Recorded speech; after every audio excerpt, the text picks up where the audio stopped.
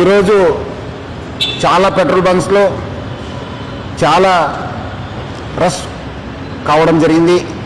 ముఖ్యంగా పబ్లిక్ అందరు కూడా చాలా ప్యానిక్తోని అందరు కూడా పెట్రోల్ బంక్స్ దగ్గర పోతున్నారు. ఈరోజు నేను, మన అడిషనల్ సిపి గారు, జాయింట్ సిపి గారు, మన కలెక్టర్ గారు హరిచందన గారు, మన district civil supply officer Srinivasu అందరూ కలిసి మనం ఒక రివ్యూ మీటింగ్ పెట్టుకోవడం జరిగింది. దాంట్లో మనకు తెలిసిందేమంటే ఎటువంటి స్కేర్సిటీ లేదు, మనకు సఫిషియంట్ స్టాక్ ఉంది. 60 రోజుకు సరిపోయేంత స్టాక్ ఉంది.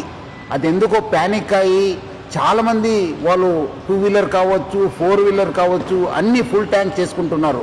మనము మొన్న 22 రోజు చూస్తే 3024 KL మనకు ఆ రోజు సేల్ కావడం జరిగింది.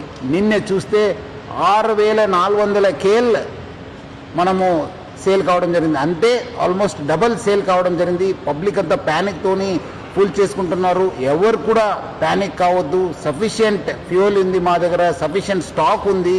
ప్యానిక్తో వచ్చి అన్ని దగ్గర లైన్ కడుతున్నారు, చాలా వాల్ టైం కూడా వేస్ట్ చేస్తున్నారు. ఒక ప్యానిక్ సిచ్యువేషన్ క్రియేట్ చేయడం జరుగుతుంది.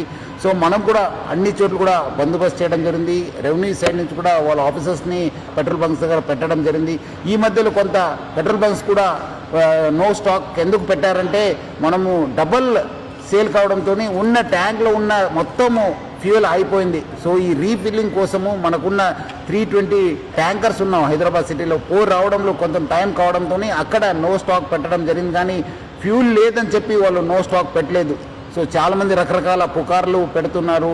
చాలా చోట్ల అక్కడేదో గుజరాత్లో అయింది, ఢిల్లీలో అయింది, రాజ్కోట్లో అయింది, సూరత్లో అయింది, చాలా షార్టేజ్ ఉందని చెప్తారు. అది అలాంటి ఎవరు పుకార్లు నమ్మొద్దు.